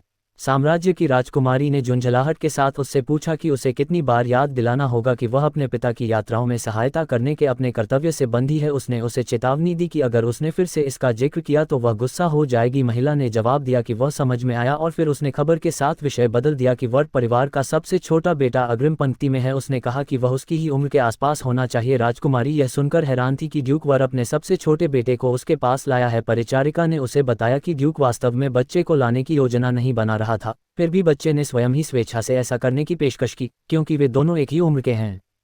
परिचारिका ने सुझाव दिया कि राजकुमारी और बच्चे को साथ रहना चाहिए। राजकुमारी ने ऐसा व्यवहार किया जैसे कि उसे इसमें कोई रुचि नहीं है। उसने ये कहकर बातचीत समाप्त कर दी कि वह सोने जा रही है। कुछ दिल की धड़कनों के बाद परिचारिका ने उसकी इच्छा का सम्मान किया। राजकुमारी ने पूछा। साम्राज्य की राजकुमारी ने झुंझलाहट के साथ उससे पूछा कि उसे कितनी बार याद दिलाना होगा कि वह अपने पिता की यात्राओं में सहायता करने के अपने कर्तव्य से बंधी है। उसने उसे चेतावनी दी कि अगर उसने फिर से इसका जिक्र किया तो वह गुस्सा हो जाएगी। महिला ने जवाब दिया कि वह समझ में आया और फिर उसने खबर के साथ विषय बदल दिया कि वर्ट परिवार का सबसे छोटा बेटा अग्रिम पंक्ति में है। उसने कहा कि वह उसकी ही उम्र के आसपास होना चाहिए। राजकुमारी यह सुनकर हैरान थी कि ड्यूक वर अपने सबसे छोटे बेटे को उसके पास लाया है। परिचारिका ने उसे बताया कि ड्यूक वास्तव में बच्चे को लाने की योजना नहीं बना रहा था, फिर भी बच्चे ने स्वयं ही स्वेच्छा से ऐसा करने की पेशकश की क्योंकि वे दोनों एक ही उम्र के हैं। परिचारिका ने सुझाव दिया कि राजकुमारी और बच्चे को साथ रहना चाहिए। राजकुमारी ने ऐसा व्यवहार किया जैसे कि उसे इसमें कोई रुचि नहीं है।